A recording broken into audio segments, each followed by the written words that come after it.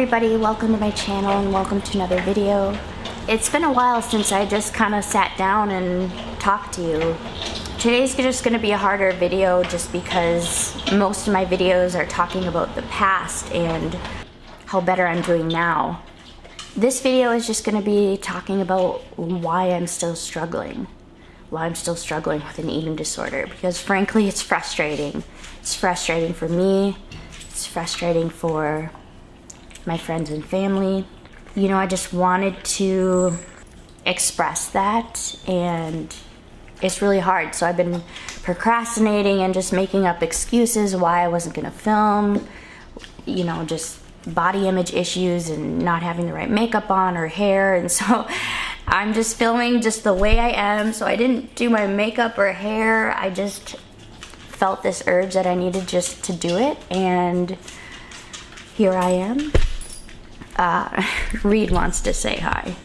There he is. It's harder to film too with him. So, why I'm still struggling? I think, so I've been struggling lately and I wanted to kind of give some tips. What makes it worse? What makes it better? Maybe if you're watching and you know someone struggling with eating disorder, some of these might relate or pertain, but everyone's different and these are just related to me, and people get triggered by different things. Even myself, I can't pinpoint a set list of things that are triggering. I mean, it changes, and it changes with the years and different things coming up. And I think, number one, it's just a lot of change is hard for me. I've slowly kind of been not as rigid with making sure I follow my meal plan, and I've been kind of getting off a schedule and just eating less and doing more, and I've just more busy.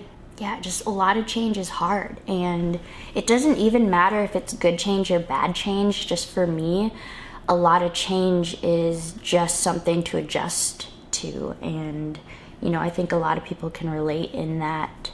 And I think with me, restricting my food is a way that I can feel like I have a handle in life, like I can feel in control, and it's a huge control thing. And just when I think that I'm doing better and I get frustrated when I struggle or I can't make myself eat a certain food because it's a fear food, I really get down on myself. And you know, I have to remember that like it's a process and there's not a straight path in recovery. And I've had a lot of comments, you know, that are really hard to take. Comments that people mean well, saying that you look healthier. I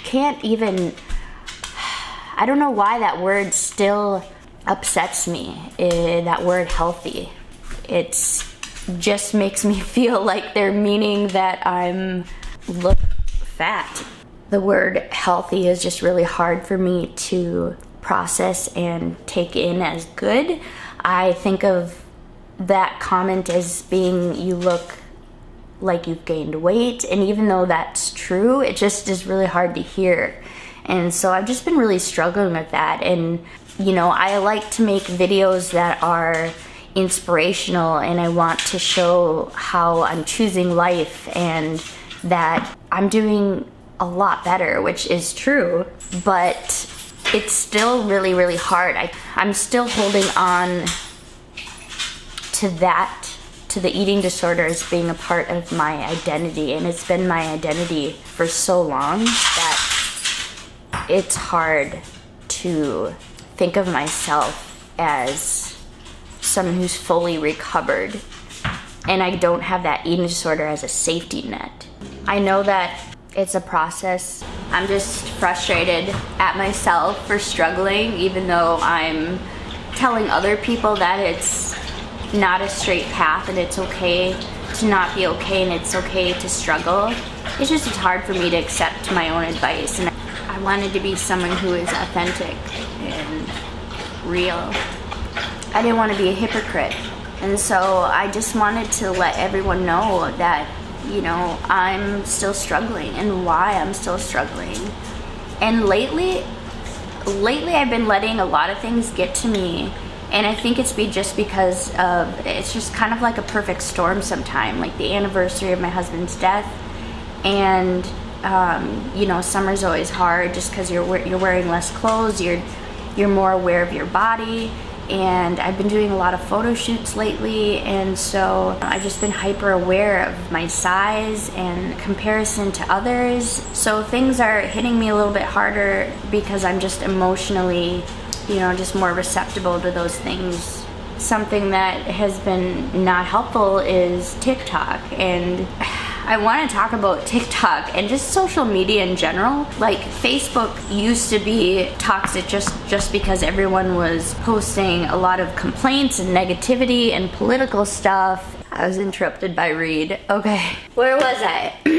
Okay, so things that help and things that make it worse. So TikTok, social media. TikTok doesn't help, and most of things that I've been scrolling through is eating disorder related, and people have been just body checking and glorifying their sick bodies. And a lot of them is what I eat in a day, and they're trying to make it look like it's recovery focused, but they start out by doing a body shot and doing like a little, you know, full body shot, and then just showing their real thin bodies. And I compare, and that does affect me. And the other thing is, a lot of people and my friends have, you know, or just anyone who talking about diets and what they eat and what's good and what's bad. And normally, you know, sometimes that doesn't bother me as much, but like I said, just everything has been just hitting me. And so it's just been hard to have friends that are on diets and can eat certain things and saying they can't have this or that. And it's hard because I don't want them to change their life, and I don't want them to walk on eggshells. So it's about me knowing how to take care of myself and what to do to stay on track, and to kind of talk with my therapist, process and vent. And it's just been really hard. And so I've just been missing losing weight, and I hate that because I know what it gets me to. I know that I can't live the life that I'm living right now if I go backwards. I've worked too hard to get to where I am, and so it is frustrating. It's not going to be a straight path, and even though I may be taking steps backwards, it doesn't mean I'm going to go back the way that I was. I'm allowed to struggle, and it takes a long time to recover or be in that recovered mindset. Social media in general just really doesn't help in comparing bodies and then seeing myself in photos, you know, bad angles and this and that. It is really hard, and people commenting on my looks or that I look healthier. It's better to comment on someone's personality or energy level. I think that is something that is okay to note, and eating disorders are really tricky. It's been really hard for me to initiate eating by myself. It's been easier to eat with other people, and it's easier when other people initiate. It's dinner time, it's lunchtime, but I found myself just really, really having a hard time eating by myself. I hate that because I'm by myself a lot, and what am I gonna do? Restrict the whole day until I'm with someone? No, it's just something that I need to be aware of and mindful of and address to myself. And you know, it's all about discovering who you are, and I know that about myself, that I just need to push extra hard when I'm by myself and not listen to the eating disorder voice.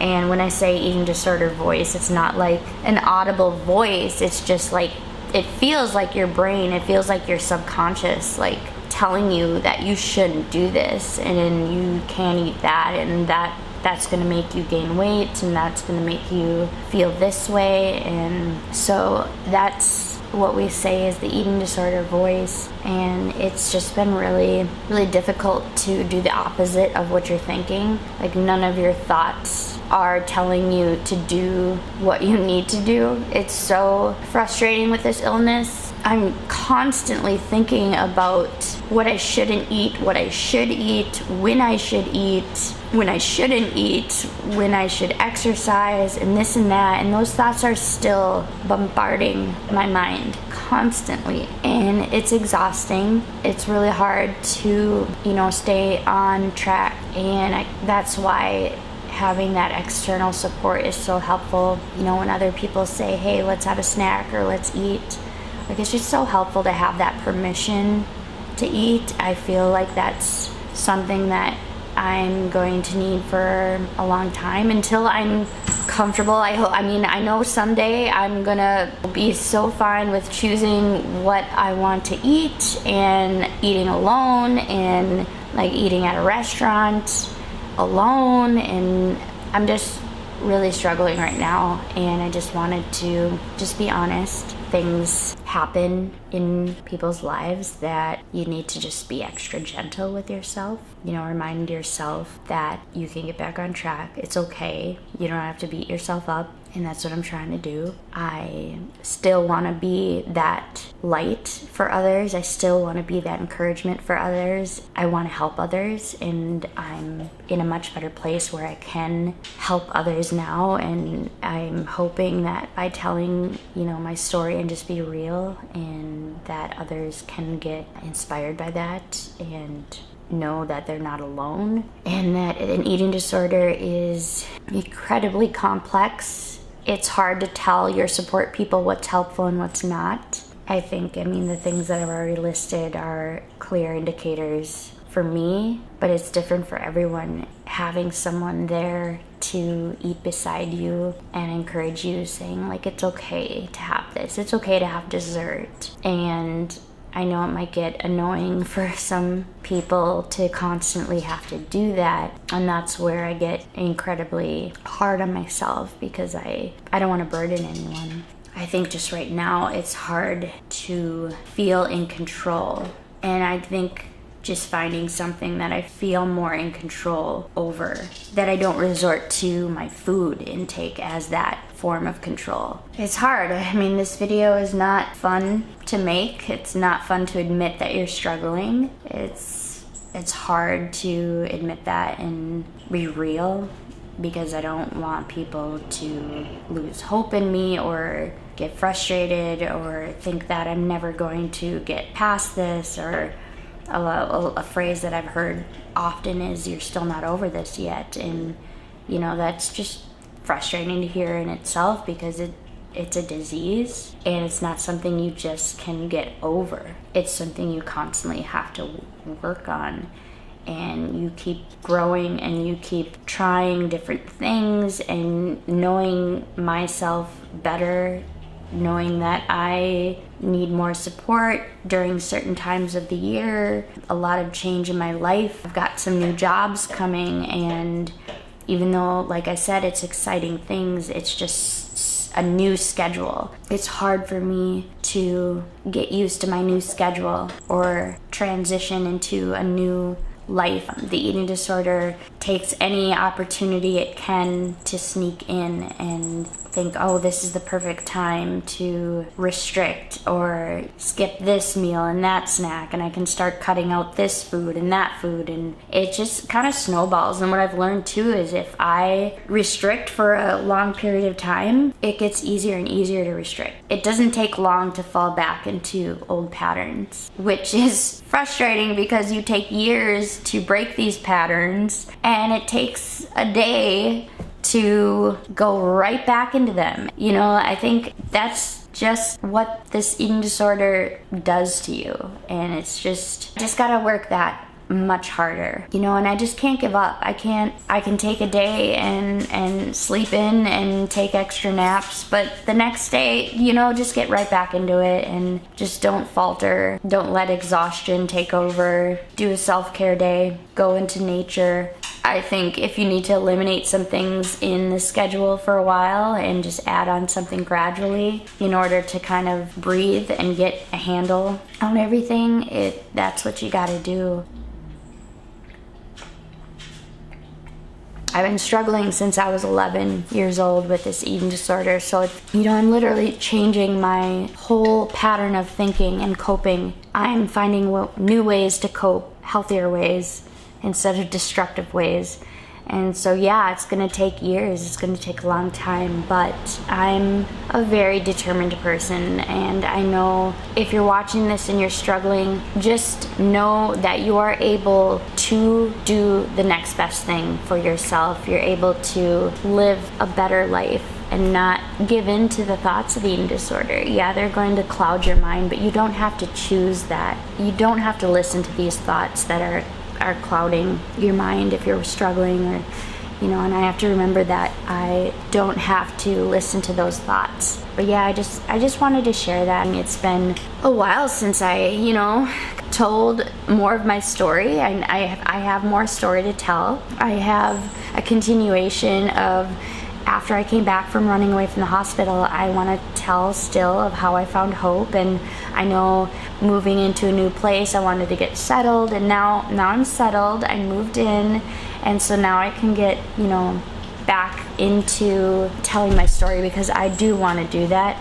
It will come, so just be patient. I appreciate everyone who's supported my channel and have watched my videos, and I'm still here, and my story is not over, and I have more to say and I have more to share. So thank you for being patient. Thank you for staying by my side.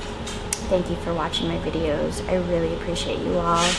And as always, remember to trade your expectations for appreciations. I love you all.